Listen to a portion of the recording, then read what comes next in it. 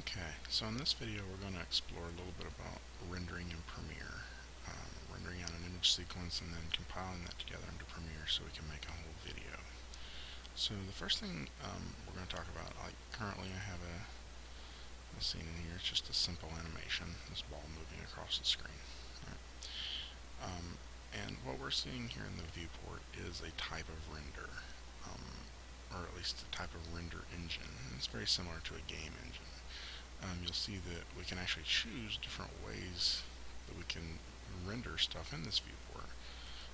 We can have legacy, or we can have legacy high quality, which is a little bit better, or viewport 2.0, but all three of these are rendering these images to us in real time. Because if they weren't rendered, pretty much what we would be seeing is nothing. Like even this is a type of render. It's render just means to give to us in a form. And this would be rendering it to us in wireframe mode. And, so rendering is just compiling it together into some sort of viewable image. And so when it's time to render this for real though, we can click this button and we're going to get a single frame of the render, right? And so this is, you'll notice that this took a second to render. And if I had more stuff going on in here, it may take even longer than that. It definitely would take longer than that. So the difference is in the viewport here, Maya is trying to render this as fast as it can. So multiple frames a second, if not like 30 to 60 frames a second, it's trying to render for us. Whereas when I render with this button, this is rendering with Maya Software Renderer, and this is taking a full second to render. And if I change the resolution or the size, it may take 3 seconds to render. And so you'll see that here in a second as we change some of the settings. And once you get into really high quality renders, like stuff from a Pixar movie or whatever, you may be getting into hours or even days for a single image, and you realize that we need 60 of those images just to make that animation we just saw. So rendering can be very time consuming, so don't underestimate it. But what we're getting here is a single image, and if I wanted to save that, I go File, Save Image, and I could just save that individual image it just rendered.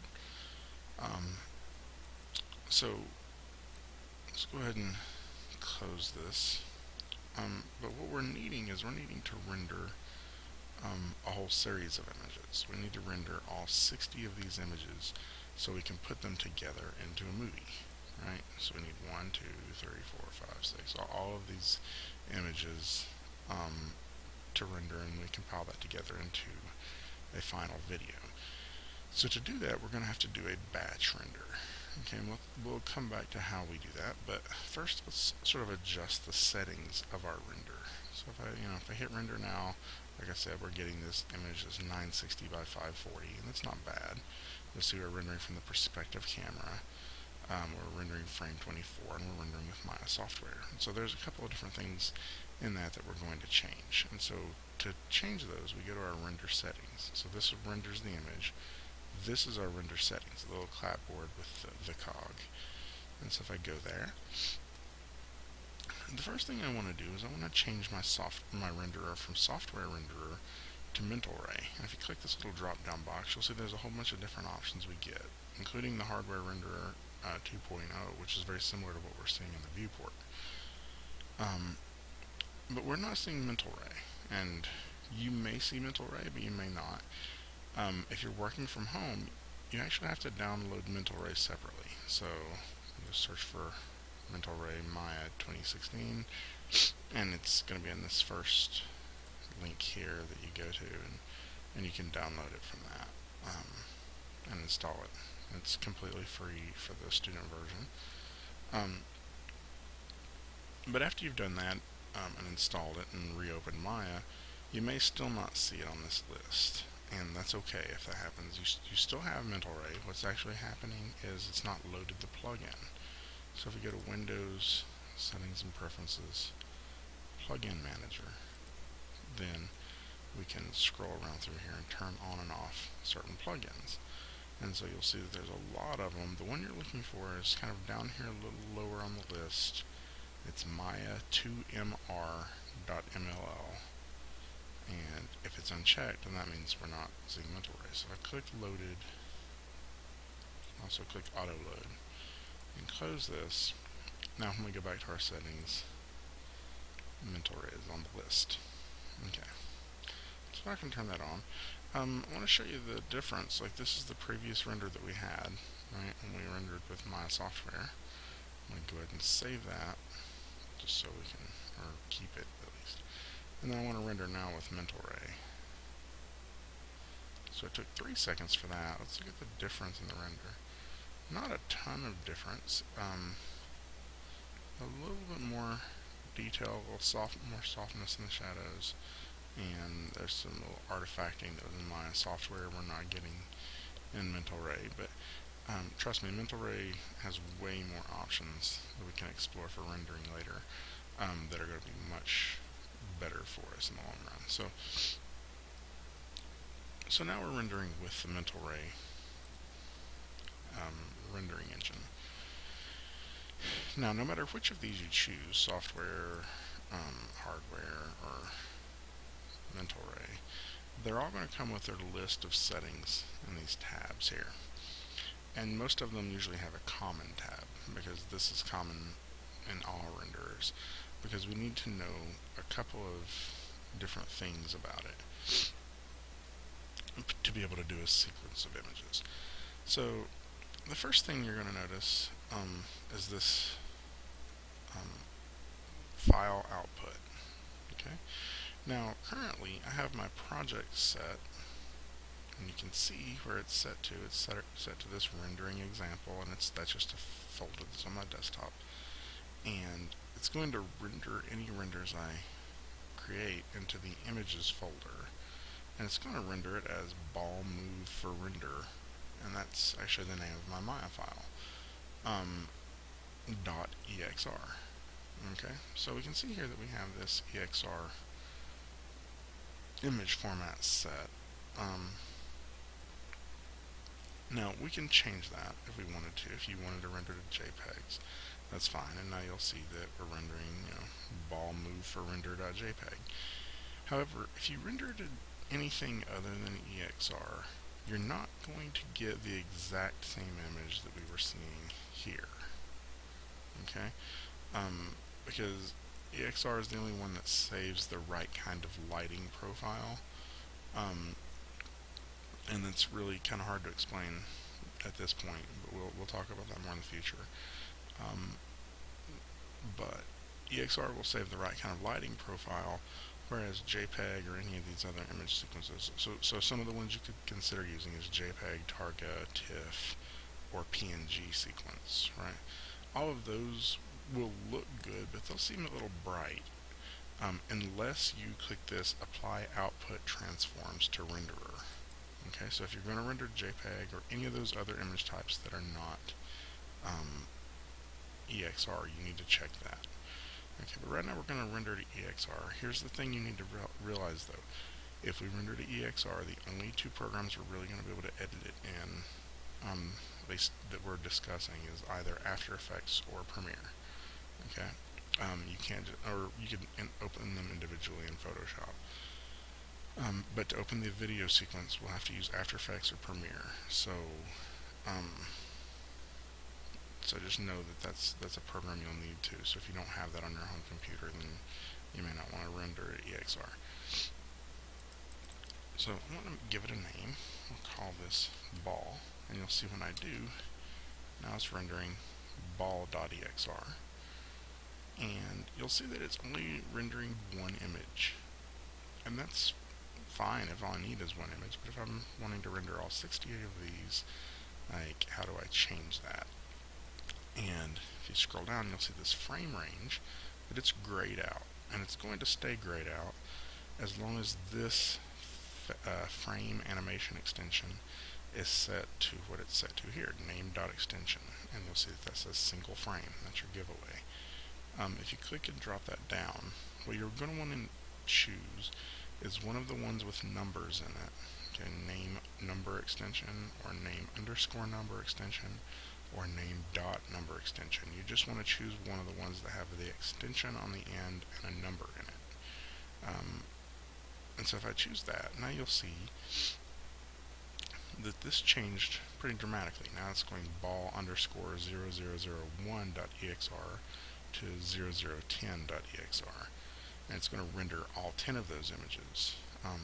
Now it doesn't render them all if I click this. This is still just a render a single frame image, or a button. But this will render all 10 of those images now, and you'll see that our frame range has changed from to where we can edit it. And so I can change this to 60 now, and again you'll see ball 1 to ball 60. Right. And so now we're rendering the right frame range. The next question is, are we rendering from the right camera?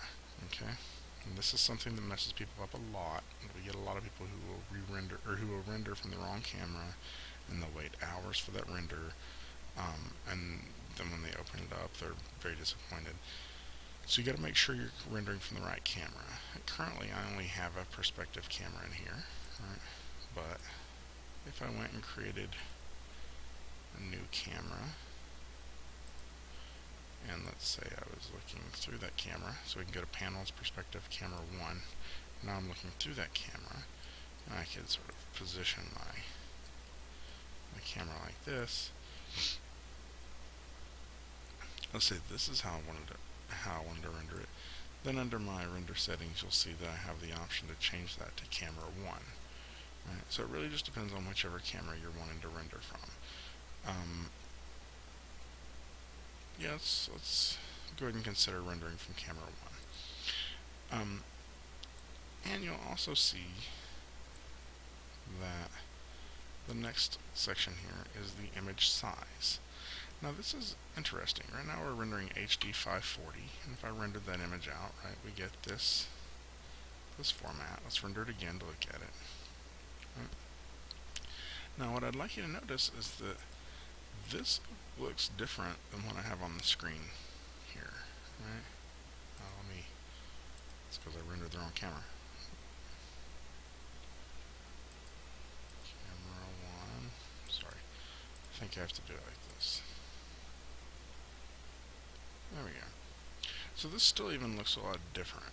Like, you may not notice it immediately, but our viewport is actually wider than our render is, right?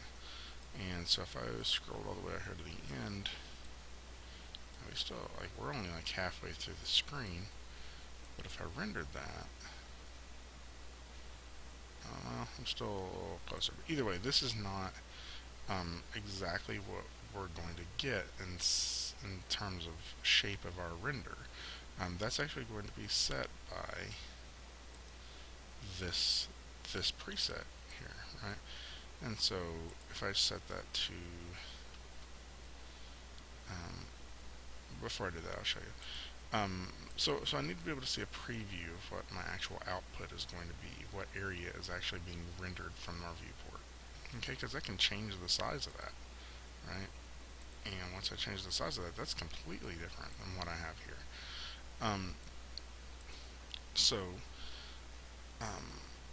Turn some of that off. And if I did that, that made it even wider, right? And so we need to be able to see what area is going to be rendered. And so that's what this button here does. I'll turn that on. You'll see sort of this frame. And that framed in area is the area that's going to be rendered. And that'll allow us to sort of frame up what I want my animation to look like. And if I wanted to go from that bottom corner over to that corner, I can. And let's say I'm happy with this spot. I can select this camera, and I can lock it. I can highlight all of these channels here, right click, and lock selected. And that means I can't move this camera anymore. So once you get that, so HD 540 is this layout, right? And it's 540 pixels tall by, I don't remember, I have to look, 960 pixels wide, right? And that's the lowest, one of the lower forms of an HD format. HD 720 is like the smaller TV you can buy, and HD 1080 is like the 1080p, right? And then we can also go all the way up to something like a what is HD 4K? This is 4K squared. It's not. I don't think that's the same thing. No, it's not. But you'll see that as we change it to some of these others, we can actually see that it changes the shape of our layout. And so know that 720 or 1080 are what you're going to be going for. Now, so let's try rendering from 1080. So you get a much larger image, because it's all the way off the screen. And in fact, this isn't even the full-size image. That's the full-size image. And you'll see that took 6 seconds to render. Okay, so it's taking 6 seconds just to do a single render. Just for efficiency, I'm going to go ahead and leave it at 720. Okay? And so that should be all that we really have to change in here. Again, image format, EXR, framing is so you have to change name underscore number dot extension, all the frame range you're planning on rendering, set your camera, set your image size. Okay. Now once we have that, I'll usually go ahead and save. Okay. And by saving, I save those render settings along with it. So whenever I'm ready to render, I need to be in the rendering mode here. Once I've done that, I can go to render, batch render. Now it's going to ask me if I want to allow it access, and I do. So it's also going to temporarily save a copy of the file while it's rendering as well in your temp folders. Now what I want you to watch is down here in the bottom section of this. It's rendering with Mental Ray. See that? And I'm also going to open up my task manager just to show you a couple other things. Sorry, I'm kind of new to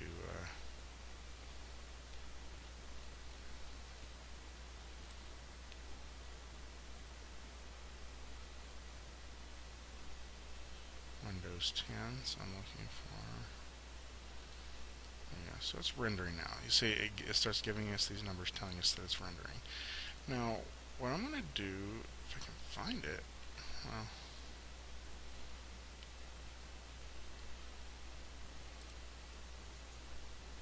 CPU. There we go.